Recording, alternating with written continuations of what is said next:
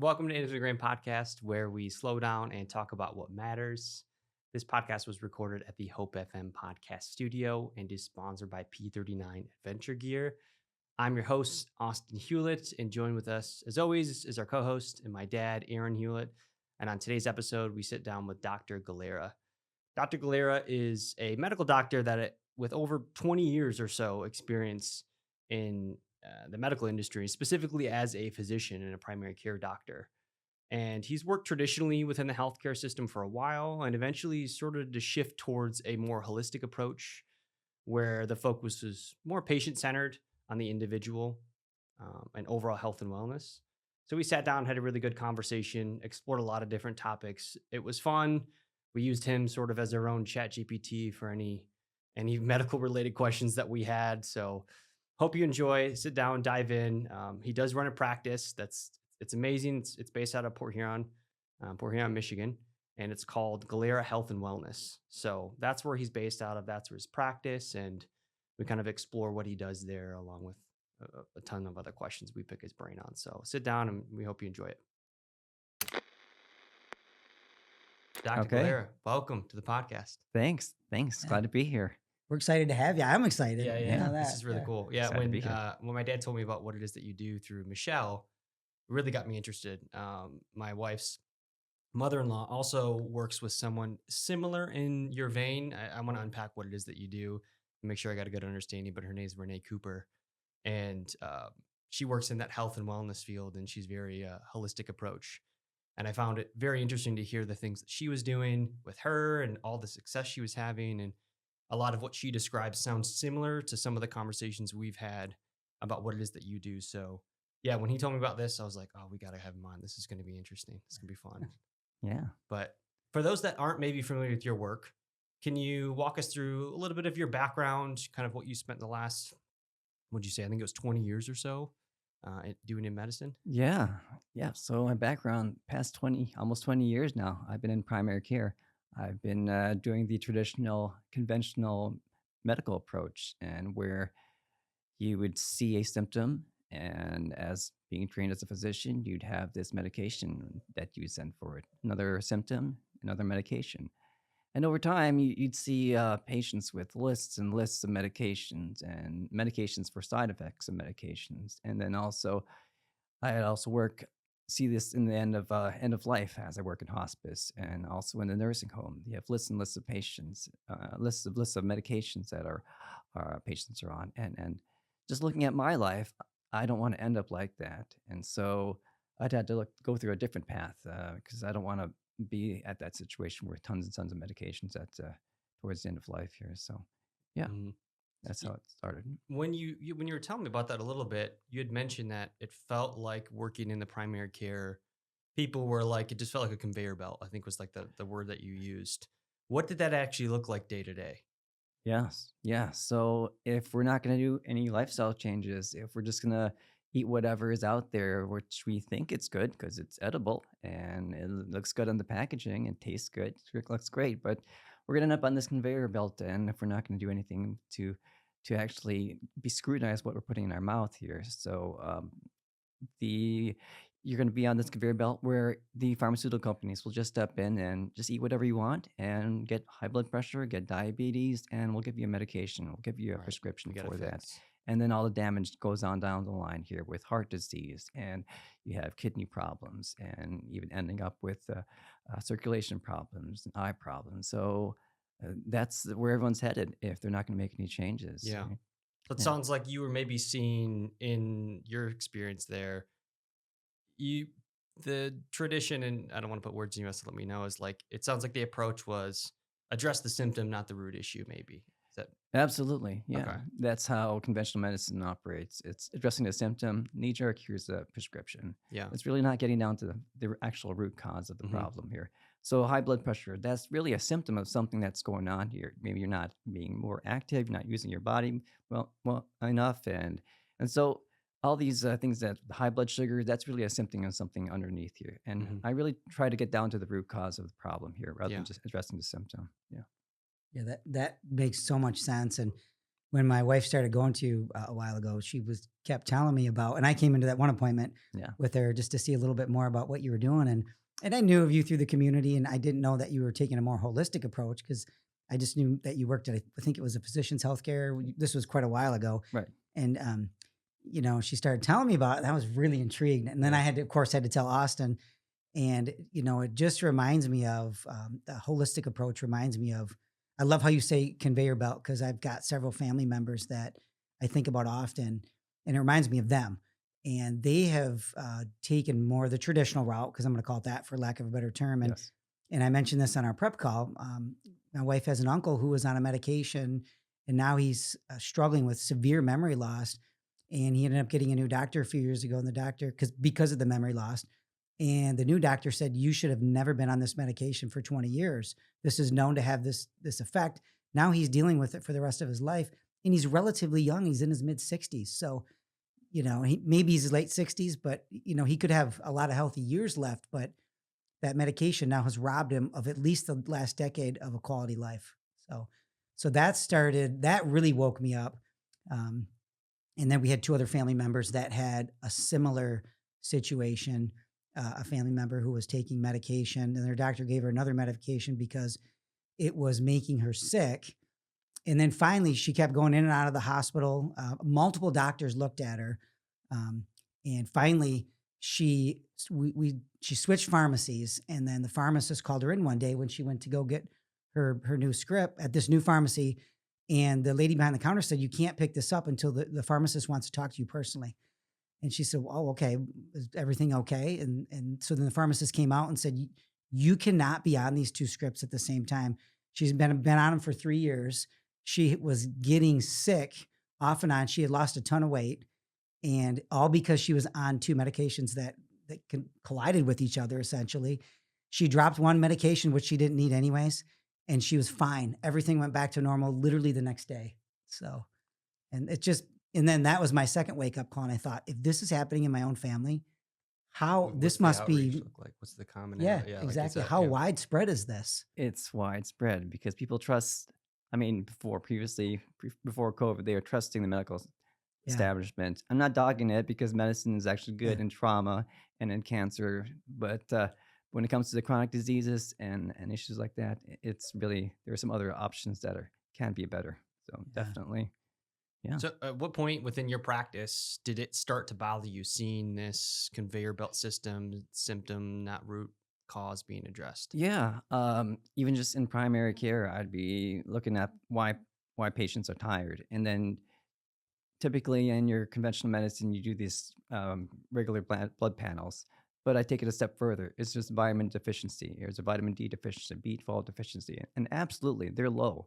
And so once they started correcting those, and insurance won't pay for that, but the patient's willing to pay for that over the counter, correct those numbers, and there's great improvement. Mhm. So um, at that point, when I started to do that, there's actually my life started being affected here because all that stress of seeing so many patients every day, and um, as with a background in medicine, I was having this aching abdominal pains, and at some point, where with following the conventional medicine, you'd treat yourself maybe with like a proton pump inhibitor like Prilosec or Pepsid, and at some point it just got worse and worse. This abdominal pain that I had, so I ended up in the hospital, and all that workup came back negative. And there's only fatty liver and prediabetes, and so just seeing that just this prescription medication approach is not working, I had to look at alternative ways to Mm, actually address my issue okay. here. So, and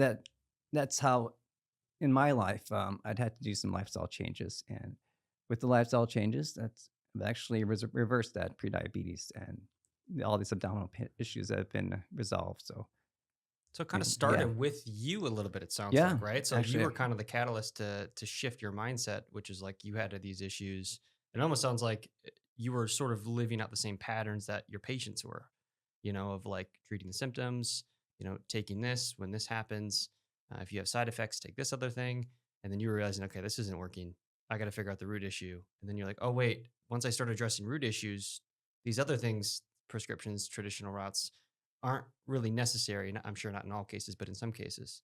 And is that when the shift happened? You're like, okay, I need to start looking at my patients a little bit differently within my practice or wherever you were at. Yeah, there were like patients that were morbidly obese or even obese and they lost the weight and then their diabetes resolved. And then that was like the insights. It's like, okay, so there's some link there with the obesity and Hmm. diabetes. And so definitely that was also part of the shift here. Hmm. And that those changes in patients and also changes in my life here also. So Yeah, yeah. that's super interesting because I'm imagining there was a point where maybe, I mean, if I was on this path, I mean, you're educated to go down this certain route that seems to be best suited for all intents and purposes, well intended.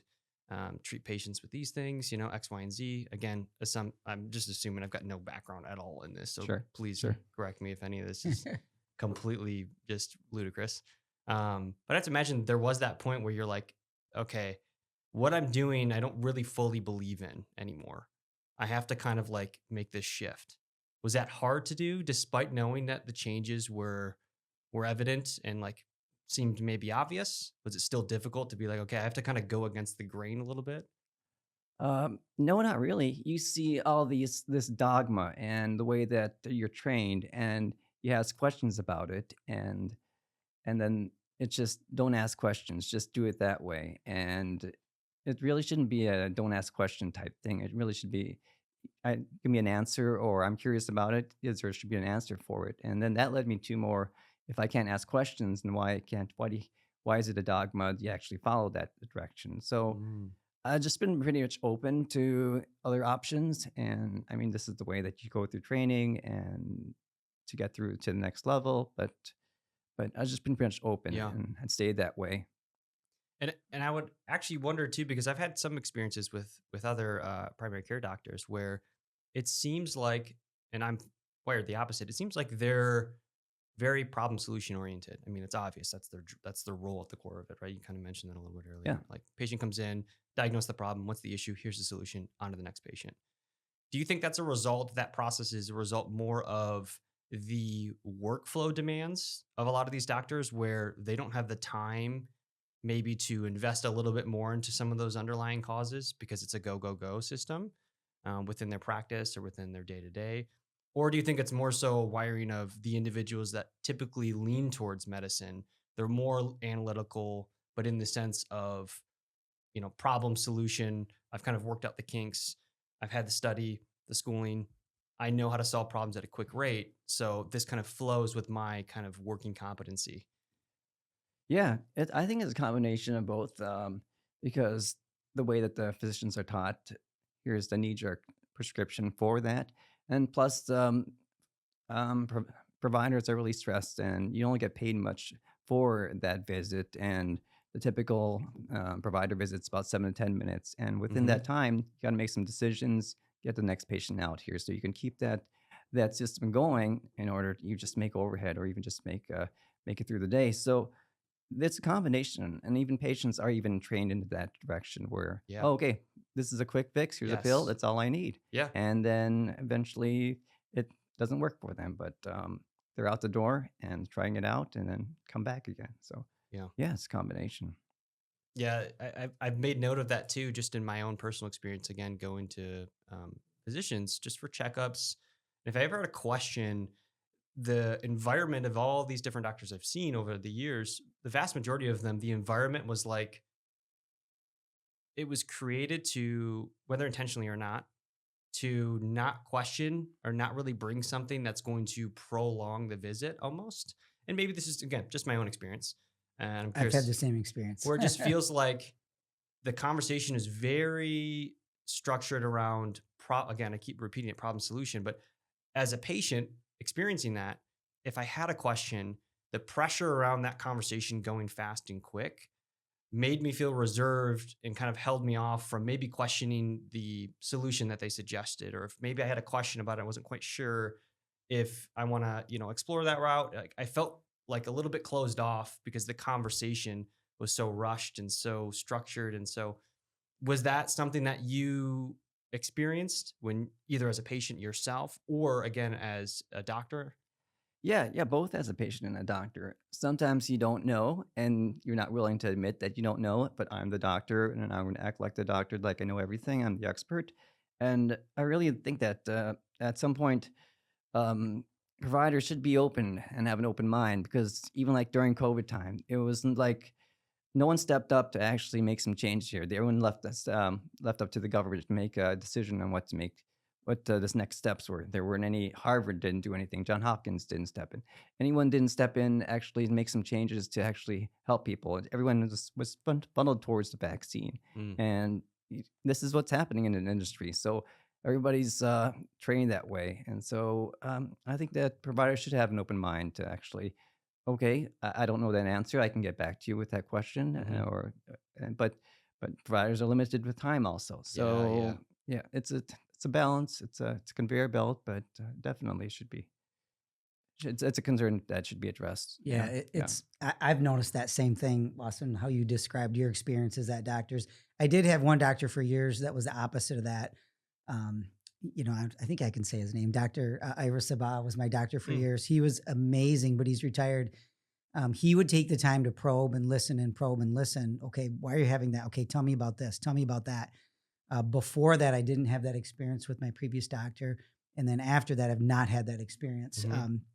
But and I think it's normal, like what you said to your point, Austin, about when you go in there, you first of all, you're kind of like a deer in headlights because Yes. when you go in, sometimes in the medical field, doctors and nurses are using words you have no idea what it means. Yeah, sure. Yeah, yeah, I'm yeah. like, I Oh, have no yeah. idea what you just said. But so not only are you kind of on your heels as a patient, you're trying to process it at the same time. Like, okay, what did they just say? What am I supposed to take? What Yeah. does this really mean? And then they're gone. They're like out and Yep. they're in and out. And then there's no dialogue, it seems like. So that's the thing I've struggled with. And again, it goes back to what I mentioned earlier. If we struggle with this, it's I mean, it's gotta be widespread, Yeah. because it seems to be the system. But um, yeah, I mean, what so my question to you on that is, what can a patient do? If someone's listening right now or watching this podcast, what can they do if they're, in your opinion, as a medical professional, like how can they either slow their doctor down or say, hey, I don't know what you're telling me right now, Can you give us some tips? Yeah, yeah. You should speak up. I mean, even beforehand, if you have some questions, you can probably submit them early so that maybe the provider doctor can actually look ahead and have a heads up to actually the concerns. And You really should be an advocate for yourself.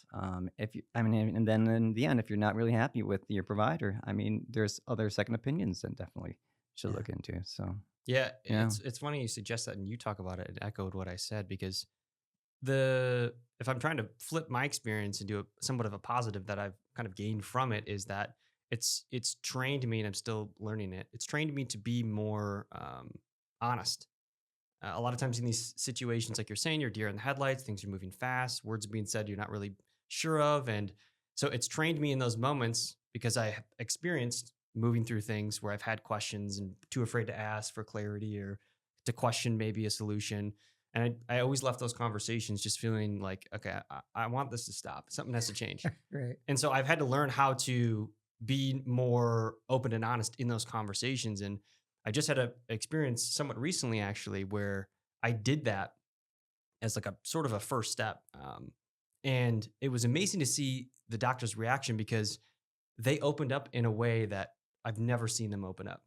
And it almost made me consider after I left that conversation, me just asking a few questions and also showing interest in their field because I also have interest in this. So I'll do some very minor, read some research, things that I'm interested in on topics. So I use that as an opportunity to one, connect with them to maybe open them up a little bit on something I had been researching. I just want their general thoughts on, but then also to explore something related to the reason I was there as a follow up to it.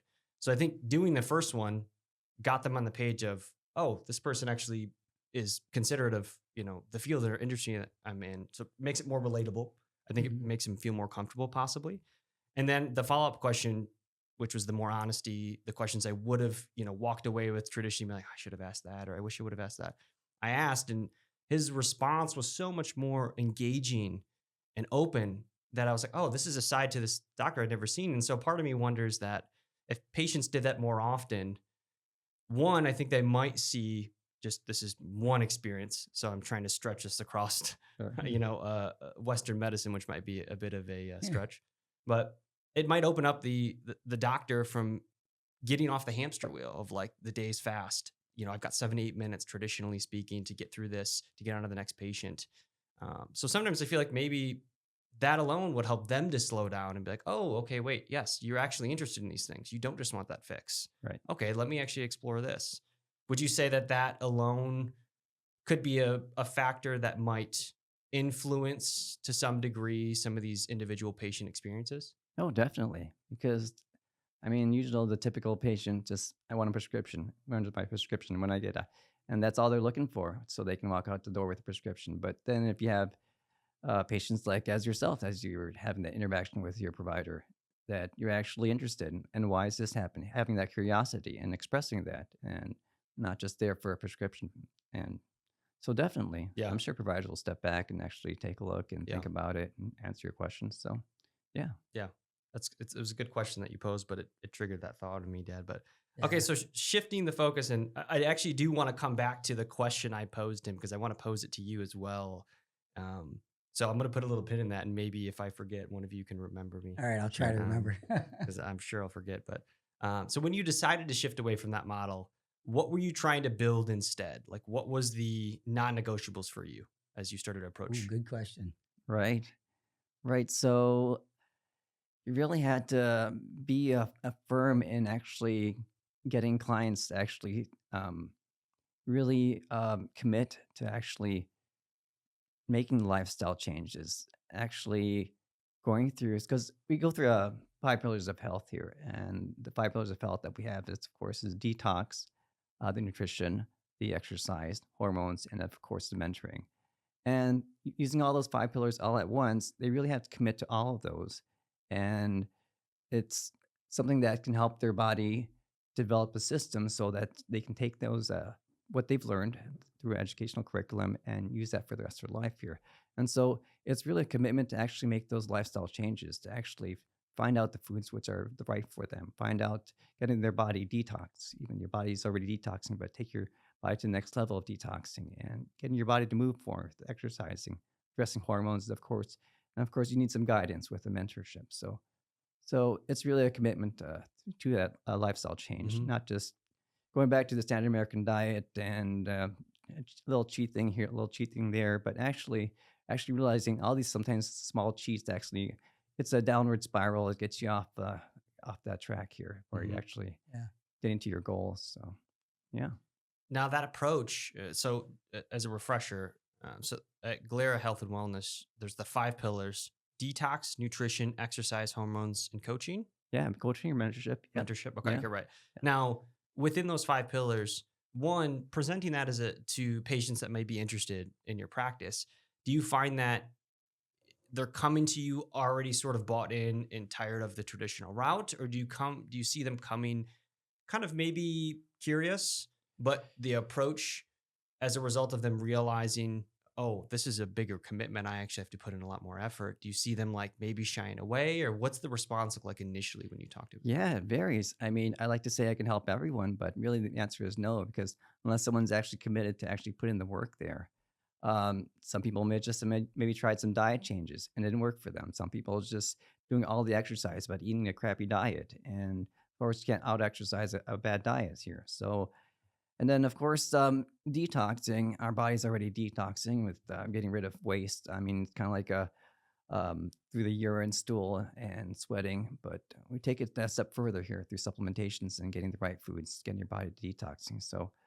um, Can I actually yeah, can I yeah, pause you real yeah, quick and ask absolutely. about that? Because the detox pillar is something I'm interested in. Yeah, Because the nutrition, exercise, hormones I'm interested in as well, because I know very little. yeah. Um, but the detox one I'm also just inexperienced with. So can you elaborate what you mean in a practical sense of what that pillar means and Yeah, sure. for patients and what it looks like? So, I mean, similar to like taking out the trash. Every week we take out the trash. So, similarly, going to the bathroom, getting rid of urine, stool, we're sweating. Um, the body's getting rid of toxins through the bile and so forth. But we actually take it a step further here. And through a detox process, we do more like a spring cleaning. And so that's where we actually use that through supplementation and take that step further, getting the body rid of toxins. So And what's the approach? Is it individualized, like you kind of mentioned? Depends on what the individual needs, and how do you assess what they need? yeah, we have different protocols depending on what they come in with, and so it's really customized to their Mm. situation, their case. So yeah, I'm so fascinated. So I want I to slow know. down for a second because Sure. did you have a question? Do you wanted to jump in No, here? keep Sorry. going. I have some questions, but they're not in this vein. So Okay. I'm gonna wait. Okay.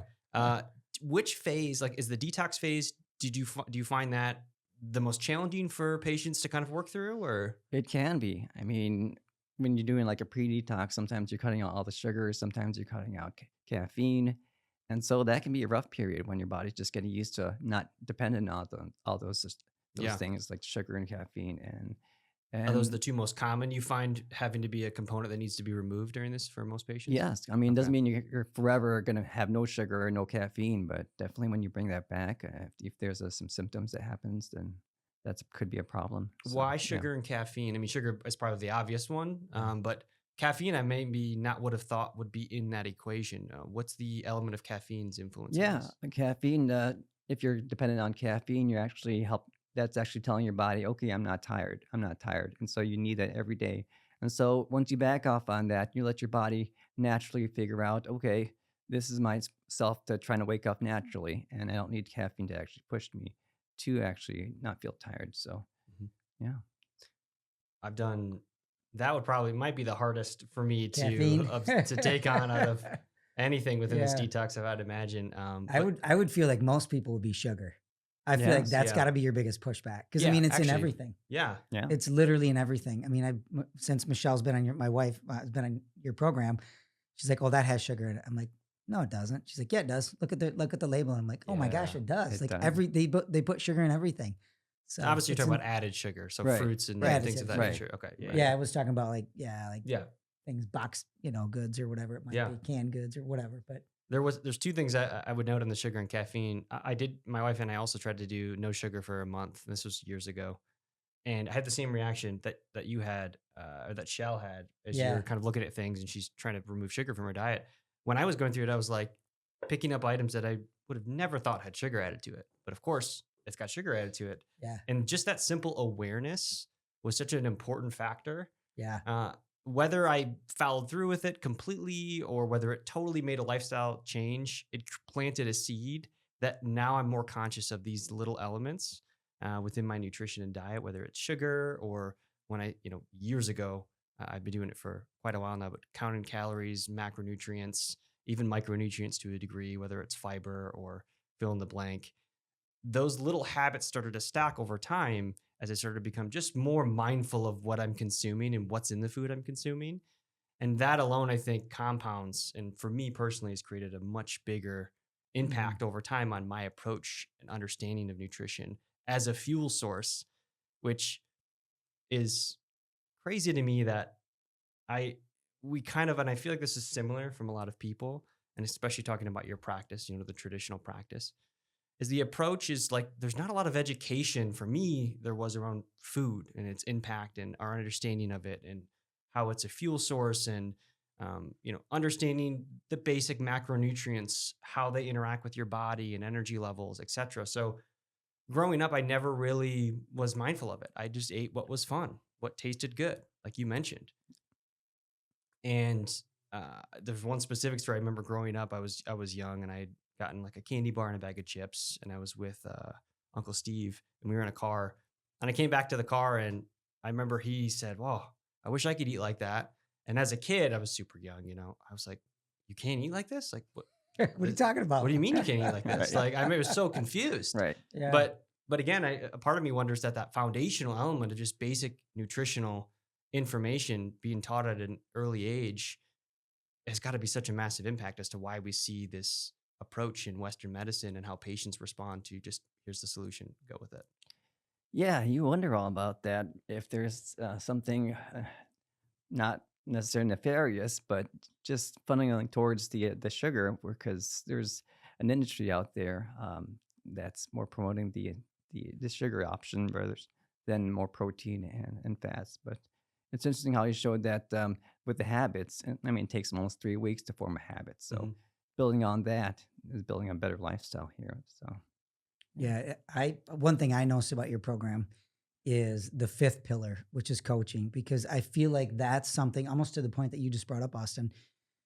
That's not talked about because you talk about, maybe, the nutrition, you hear about fitness occasionally. And of course, if you jump on Google, you're going to get every opinion in the world. So, yeah, but no one, even when you do the search on Google and whatnot, no one really talks about coaching. And myself in the past, I've had coaches when I was training and racing. I used to do a lot of endurance mountain bike racing for quite a few years. And when I went from trying to do it myself to when I got real serious about it, I had a coach for a few years. My my level went from here to here. My commitment level went higher. My performance output was way higher. It was just a whole different level of being an athlete. And we no one talks about that. So Mhm. can I ask you, like, when it comes to coaching, can you give us just an idea of what you do? Maybe share that with the listeners in your coaching. Yeah, absolutely. So after the initial assessment, and I taken assessment of the client's situation, then I incorporate what we really need to do to get the client to their health goals, and that's where the coaching involves. It could be every 2 weeks follow up because you get an assignment for the week for what's the action plan for that week, and then through those follow up coaching calls, then we discuss how the week's progressing, how these action changes are going on, have any questions, and through that we can guide the client towards their goal, and be there actually for them, support them, and actually celebrate all the wins. And Yeah, so definitely that's that's great. Yeah, And important. that's got to it's play a big role because, I mean, most people, I feel like that have had an experience using a coach versus not using a coach, whether it's in fitness, whether it's in yeah, any space. The feedback I've ever heard is how big of a difference it makes in their accountability factor alone. yeah, Definitely. And absolutely. I mean, having an external source to sort of rely on and work with, uh, it's a big driver. It keeps them on the path. And in your experience, is it is that fairly common? I would imagine again that most people find the coaching and the follow ups and that accountability a massive part of what keeps them on that path, or is it more like, well, this is all working? Maybe your client base is more independent and they're like, okay, I've got a lot of these steps. I don't need as much coaching or hands on. Yeah, it depends on the client. Some clients need that accountability and keep them on track, making sure that habits are being formed there. And then there's clients that are just, okay, I can do this on my own, kind of, and I just need some little guidance here and there. So really adjust it to the approach to the client. So everyone's Yeah. different. Yeah, Yeah, that makes sense. Yeah. Yeah. And getting back to the nutrition part of sure. things, what do you think is like the biggest misconceptions that people have around diet and Oh, that's another nutrition? good It's question. pretty broad speaking, but in your experience, again, Yeah, this is just speaking from what you've gone through. I think uh, I think the big thing is like organic is more expensive, and I'm not willing to actually pay for more expensive produce. And really, the when you eat organic, then you're getting away from the glyphosate. You're getting away from the Roundup that's been sprayed on produce, and even now sprayed on wheat as to help it dry faster. And so, when you're getting away from that, then you're not going to expose your body to all this glyphosate, and because there's already issues that's going on. People are trying to have immunity for these big companies from um, the responsibilities of what these pesticides can actually do. Mm. So yeah, that's a big one. I mean, that's what comes to mind. When you go down those paths of kind of unfolding the nutrition side of Right. the pillar with your patients, the detox, removing things and all that, how do you feel? How do you balance providing the information that is helpful and necessary for them to know without overwhelming them or making them feel like, oh my gosh, I can't have this now because it's got that, or wait, no, I can't go out for that. I can't do these social events. I got to remove myself from that. Like, what does that balance look like? Yeah. So it's really a slow plan for that. So, and you really like spoon feeding. And it's actually so you really have a plan of action for the week and nothing else. So that's actually what you're doing here. So I mean, like for instance, for when you're starting on the program, you're cutting out processed foods. You're not worried about anything else there, just processed foods. And so that's kind of like the start here. And then next thing for the next week, then a few changes then after that. So it's really spoon feeding. Hmm. So you're not overwhelmed. And of course, if there's any questions, always there to be around there to support. So yeah. For me, when I've had a long battle with nutrition, fluctuating weight up and down, binge eating at times, not, cutting calories really sharp. So I've had I've had to manage my relationship with nutrition. Although I don't want to put that much, I don't want to put that much weight into nutrition as if it's a relationship, because I think part of that mindset alone has caused what this imbalance has had for me personally. But with me, I'm typically an all or nothing individual. Yeah. And if I like something, and this is a symptom of ADHD. I know, Dad, you can probably relate to a lot of Oh this yeah. too. Yep. We're very similar in this way, a lot of ways. But the way that my brain functions, it's if I like something and want to do something, I'm all in, and if I don't do it all in, I don't want to do it at all. And it's great for a lot of ways, because when I do go all in, I'm super productive. I'm super motivated. I'm not even motivated. I'm super disciplined, and I'm on the path. But that balance is hard for me to, you can't always be all in, I guess, is something that I've tried to learn and sort of rewire my brain to be. Whereas if I'm all in and it's all or nothing, as soon as I take one little step off in the case of, like, let's say nutrition or diet, right? Again, my ups and downs have been common. I'm on a diet. I'm trying to reduce my weight to a certain, goal range. And one day I go 200 calories over my daily, limit. And that creates a downward effect, spiraling effect in my head. And I'm like, okay, 200 calories, I might as well just throw out this week. You know what? I had that cookie. I'm just going to have another cookie. And it creates this domino effect, because Right. again, it's all or Right. nothing. So do you find that common with your patients, or do you find like there are tips and tricks you give them to help balance and spoon feed them along this process so they don't fall into that trap? Yeah, definitely. I mean, I think that you have to give yourself some grace.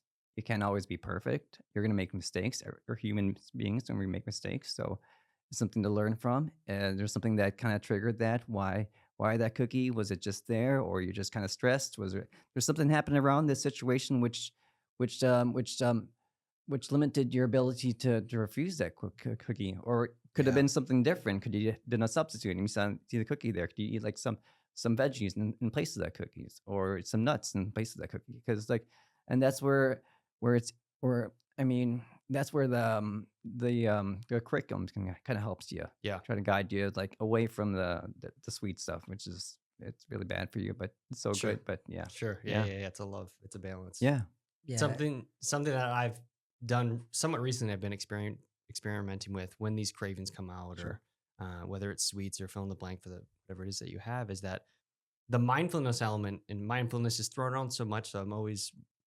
It feels like a statement that I don't know what people interpret it as nowadays, but what I started to be more mindful of is when I have those cravings, I'll stop and think, what's the feeling driving that craving? And I'll just sit with that feeling for a minute. Well, you Rather think than deeper than just I do. rather than just, I see like, I love dates. yeah. My Yeah. sweetness of choice is just a date with a little bit of peanut butter and salt on it. Oh, And that it's is Good. good. I Yeah. could devour a full box of those. And I have dates sitting out on our counter commonly. And so all the time I'll be just walking through the kitchen, and usually I'll just see the date and I'm like, date sounds good right now. I'm gonna have a date. But lately I've been just stopping to think, okay, what's the feeling driving me to have this date? I know that sounds weird, but I'll stop and just Yes. sit Right. in that thought, Yeah. because I find that I'll just react to things throughout the day because of systems and habits that have been put in place through my daily routine, Right. that I won't actually stop beforehand and assess why I'm making certain decisions. And they've usually been developed, in my experience, because they've benefited me in some way. Yeah. Whether it's I'm desiring this flavor right now, I get it, I get the reward factor. Right. That creates a kind of a loop system in my brain to, okay, I see the date, tastes good, I get the date, I Yeah. get the reward, I move on. Mhm. But I've been finding that the more that I stop and pause, especially around habits or things that I'm desiring in the moment, that I can sort of, not always, and I'm just starting this, so it's hard, but I can kind of stop myself from making that decision, not just because I'm creating space between the thought and the action, but because I'm trying to analyze, why do I have this thought to begin with? And when I Right. sit with it long enough, I can usually unpack it, and it's usually just boredom, or Right. it's, you know, it's a visual sensation. I see the thing and I want it, but I'm not actually hungry, right? So I don't know if that's something that you resonates with you at all, or even you, Dad. No, absolutely. Every time you get a sugar hit, that dopamine hit, and you Yeah, get that rush. And Yeah. so that's part of it. So that's actually good that you're actually slowing down and actually just processing it rather than just not thinking yeah, and really bring it to the front and being aware of that. So, and that's actually a treatment, a therapy to actually break that cycle. yeah, So yeah. Yeah. I mean, oh, you're good. No, I have no, another please. mindful question too. I'm rolling. Mindfulness. yeah, You go. You go. So on mindfulness, I think about, because as you guys are kind of going back and forth talking about that, I've worked in the housing industry for years, and I notice people will they'll invest money in their house, they'll invest money in their 401ks. Investing is not a new concept to people, but where's the disconnect? Because we don't. That's my question to you, because we don't seem to think ever about investing in ourselves or investing in our health or investing in our future in that sense. What good is the nicest house and the most money in your 401k if you're not going to be healthy later in life, especially like you alluded to earlier? So how do you bridge that gap for people, or what can you recommend to listeners? right. I mean, it has to come to some point where they're ready to actually make that change. Maybe they're tired. Maybe they're so sick of being in pain, the joint pain, they can't get out of bed. It just has to get to some point where they're sick of maybe all these medications and it's not working for them. And until they get to that point, until they actually see that, being aware, I mean, maybe it's a heart attack. Maybe they end up in actually laying in the hospital bed and saying, what could I have done differently? Yeah. And that's where I'm trying to get before people get to that actual point, actually see that there's these changes that are happening. So before there's actually a healthcare crisis in their life. Yeah. And so, um, yeah, I mean, I think that there's in the industry that they're trying to program people that is the direction to go to. The Mhm. 401k is a nice house, but don't worry about your health. The medical community will actually be there for you with injections and pills and Yeah. so The quick forth. fix. Right, the Yeah. quick Yeah. fix. The quick fix. Yeah. Right. Yeah. But I think as the younger generations comes up and there's more information out there, actually more curious people that are out there and actually is questioning that actual line of thinking that the medical industry is actually moving people towards. And so, Yeah. Man, interesting. Austin and I talk about it off and on, and you just mentioned the younger generation. Can I yeah, ask my Gen Z Yeah, question? yeah, Austin? yeah. Is Go that for going it. to throw you we- off? No, no, no. Go for Okay. it, please. So I have a question about Gen Z, which is, and I had to look up Gen Z because I wasn't sure before this podcast, for like someone in their mid-20s, and I've noticed that my stepdaughter's 25, and her friends and conversation and kind of culture around that age group, which I think is 14 to 29-year-olds roughly. I googled this earlier. I should have remembered the exact Coming years, prepared. but I've noticed that there's a lot of anxiety medication in that generation. There's a lot of there's just, I guess that's probably the best way to say it. So, I don't know if you could break that down. Is in your opinion, is some of that culture? Is it diet? Is it a combination of things? Like, why are so many kids and young adults on anxiety medications? I guess that's my question. yeah. I mean, part of it is because the medical community just wants to give a pill out, a quick fix, and really not get down to actually the root cause. I mean, is it something with the family situation? Is it something that the you can actually talk through with the patient actually to work through that? Is it some? But that's a quick fix, and then once you get on the quick fix, and those anxiety medications, they're addictive. They're really Yeah. and get higher and higher on the dosage, and you have these kids that are on high dosage that really should hospice patients are actually taking. So it's that's part of the problem. Other problem, it's just not willing to actually take the time to actually get down to what's causing the anxiety, because there is really even a gut health relations Hmm. to the anxiety and depression and and and so forth. So there is that link also. Yeah. Yeah. I mean, how many of these patients, they just feel like, do you see it, where they just feel like, I can't get off this now because I can't function without this medication. So even whether they need it or not, it becomes more of a mental barrier for them. Is that a real thing? I feel like I've noticed that, but Definitely. It's a real thing. They're dependent on these medications and trying to get them off of it. You have to really have to slowly wean them off of it and have them have the right mindset there to actually get them off of it. So, Yeah, um, yeah, it just worries me for that generation because if you start on these medications that young in life, and then now, of course, you're in the mindset of like we've been talking about, I just need a pill. I'll just need another pill for the next thing. And then it's just literally a snowball effect. And where does it stop? I mean, yeah, that's part of the crisis that we Yeah. are in today. So, yeah. Well, speaking of that too, you know, being young on medication, uh, one thing that I wanted to get into, and I don't know how much experience you have with ADHD or opinions, thoughts, how much research you've done on it, but it's something that I've dealt with for a while, and I know it's widely misdiagnosed, and that term gets thrown around so much. If someone has a short attention span, they automatically think they've got ADHD. So, but with it, I've done a handful of research and here and there, and one of the things that I found really interesting that I wanted to get your side on, if you have any familiarity with this, is obviously the medications that are commonly prescribed for ADHD are things like modafinil or Adderall, Ritalin, yes. anything fill in the blank.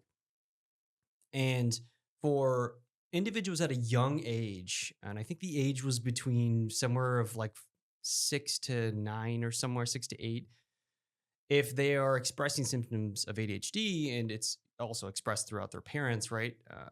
It being a factor of getting kind of passed down, so to speak, is fairly common from my understanding.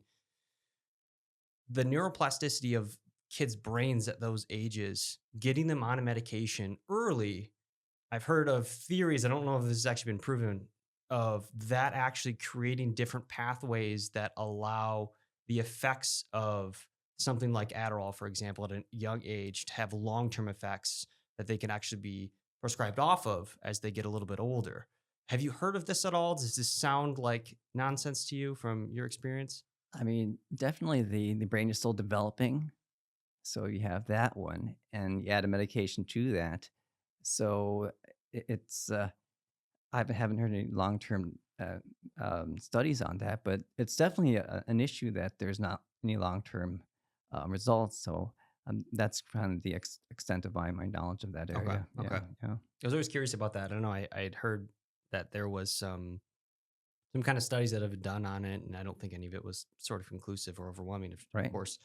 But it really fascinated me because I've got a brain that I love the way it's wired a lot of the times, but just like everyone, there's pros and cons, and the cons always worry me. Now that I've got two girls at home, I've got a 3-year old and a 10-month old, so I'm like, I'm projecting constantly. Anytime I see my 3-year old do something that aligns with how my brain works in a way that, you would label ADHD or whatever it is, I'm, Yeah. I'm, I'm sort of like internally like, oh no, is she going to have to deal with these hardships because her brain's wired this way? And especially if really a lot of it comes down to, the traditional school system, which is certainly not wired for, it's very cookie cutter. It's not Yes. wired for an ADHD brain at all, or much less any other, non-neurotypical brains. But so I'm always just kind of projecting and worrying. So when I hear some of this research, I'm like over obsessing and analyzing, But then at the same time, it's I think for me personally, I don't know if anyone else can relate to this, is viewing ADHD. What changed a lot for me was viewing it more as a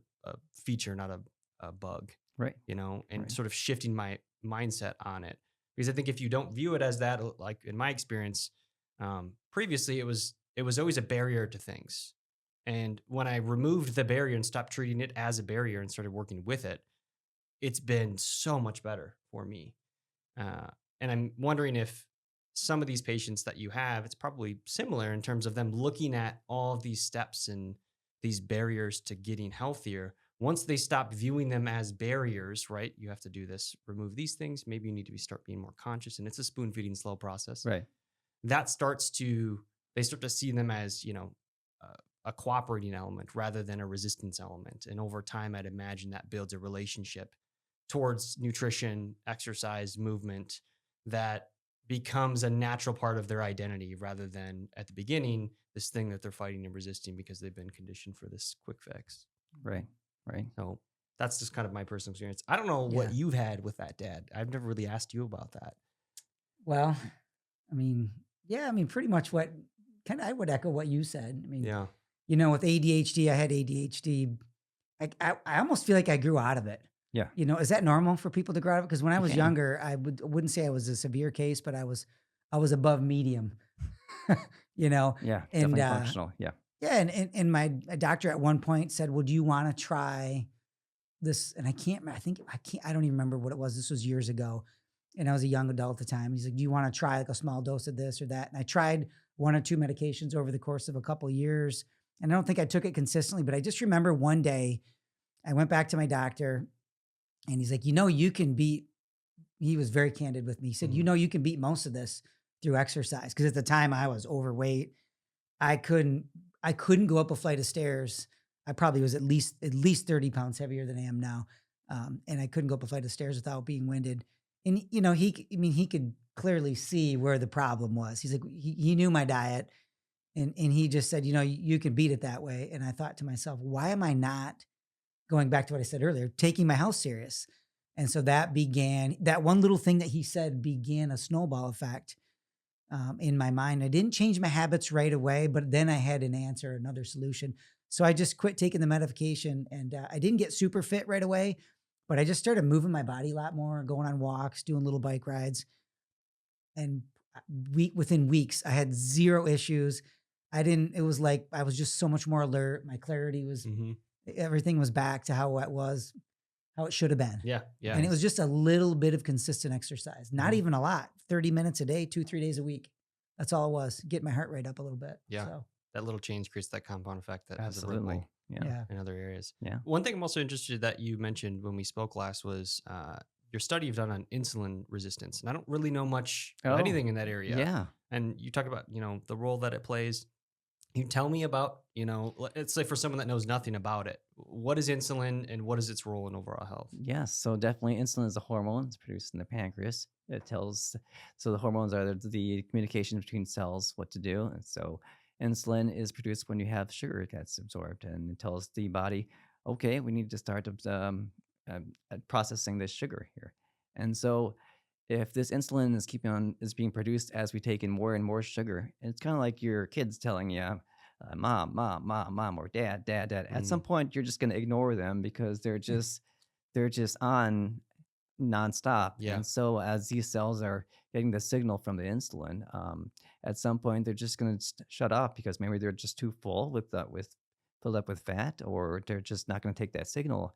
And so, and that's what we characterize as insulin resistance. And that's where we had the issues with the blood sugars going up here, and then that proceeds next to diabetes and so forth. And so that's why I've actually done the continuous glucose monitors, and I've done that Mm-hmm. myself and seen which foods actually cause that blood glucose spikes. And So you've used like yeah, the patches that yeah, you put on and the monitor. absolutely. I've seen those before. Did you Yeah, have good success with the accuracy of yeah, it and the accuracy experimenting? you can test that, get that calibrated with the blood sugar readings, and actually you can see what the kind of food reactions you have Hmm. with that. Can you actually describe that for maybe some of the listeners that aren't familiar with this Yeah, glucose so a monitoring system? continuous glucose monitor is a monitor that is applied to the arm, and it injects a probe there, and it'll read your blood glucose continuously throughout the 24 hours. And when you have food that you take in, you can have the blood glucose go up or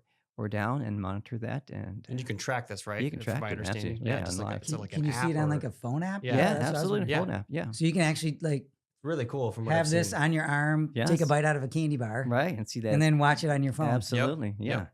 Oh, Yeah. that's crazy. yeah, I'll see. There's some nutrition people in the nutrition fitness space will test this too, and obviously each individual is going to react to food right, somewhat differently. right, There's some commonalities, but it's always interesting to see like going back to the dates thing. I love dates, right. and I've always heard that dates. I've heard that they don't really spike glucose, despite them being such a high sugary product. Right. Naturally, of course. Yeah, they do have a Um, lot of sugar in them yeah, naturally, but don't they they? do have a lot of fiber in them Fiber as sugar, well, right, so right. which helps to offset the glucose Exactly. Yeah. spikes. And one of the things that I found ironic, and I'd love to get a glucose tracker to test this for myself, but was that one of the people were like, okay, I haven't eaten in a couple hours. I'm going to eat like a handful of dates and wait a few hours to see how my body reacts. And he had no glucose spike at all. And he Yeah. had gone from like an empty stomach, which from my understanding, going from an empty stomach, consuming something at a high sugar content is that is going to lead to a spike in glucose more if you were coming in full, if you had something else in your stomach. Is that first off accurate or? Everyone's different. I mean, some people have really good insulin sensitivities, and so the cells are saying, "Yeah, I'll take in this extra glucose that's coming in." And then some bodies are just not going to listen to actually that. And that's where you had the blood glucose spike. Yeah. And so everyone's different. Yeah. And speaking of the dates, is there something else you want to add Well, to that I first? have a glucose Sure, question too. sure. You're on a roll, Oz. Keep going. No, I mean, I just got so many questions again. Yeah. So stop me if you want, but Yeah. I was curious about the role of fiber, and, Yeah. and maybe this will overlap with glucose. But so maybe ask your glucose question first, and then Okay, I'll come back to this. so we have a lot of, and myself included, Yeah. we have a lot of athletes that watch our podcast, and glucose is obviously a big thing for athletes. Right. In sugar, Right. when I raced, it was always goos or gels. Anything with sugar, you get that quick hit. So how does this, what we've been talking about, how does it apply to athletes? I mean, they're burning it off. Are they burning it off right away? What happens when that glucose hits their system in the middle of a workout, for example? Right. So you have two sources of fuel. You have the glucose and also fats. And so I refer back to the one of the big carb loading athletes, Tim Noakes. He used to be big on carb loading, and Yeah. after a while, his body just couldn't handle that glucose load, and he had to shift towards a fat approach. Yeah. And he was even a big proponent on all these extra carb reloading and extra sugars, and he developed towards diabetes, and so he had to change his approach also and move towards like a fat approach here. So our bodies have that a hybrid system where you can get the energy from glucose or fats, Yeah. and so we have to get their bodies just able to burn fat at some point. And Yeah, that was kind of become a thing in the endurance world in the Yeah. last 7 or 8 years, give or Yeah. take. Notice that Yeah. too. Before that, you really didn't hear that. It was all about sugar, right, carb Yeah. loading the night Right. before, Right. and then just preparing your body for the next big event the next day or whatever it was, your Right. marathon or whatever. So, Mhm. now on that note, you have done did you do some triathlons in the past? yeah, I did triathlons in the past. Okay. Just trying to see if that will actually can improve my fitness, and Yeah. but I was also still doing the sugar before, Yeah. and that's where after that I was just either bonking or just fatiguing, Yeah. but at some point I just went off of that because I didn't really get I was still on my health journey, and Mhm. that's when I ended up the triathlons and not doing that anymore, and just focusing on other things like nutrition.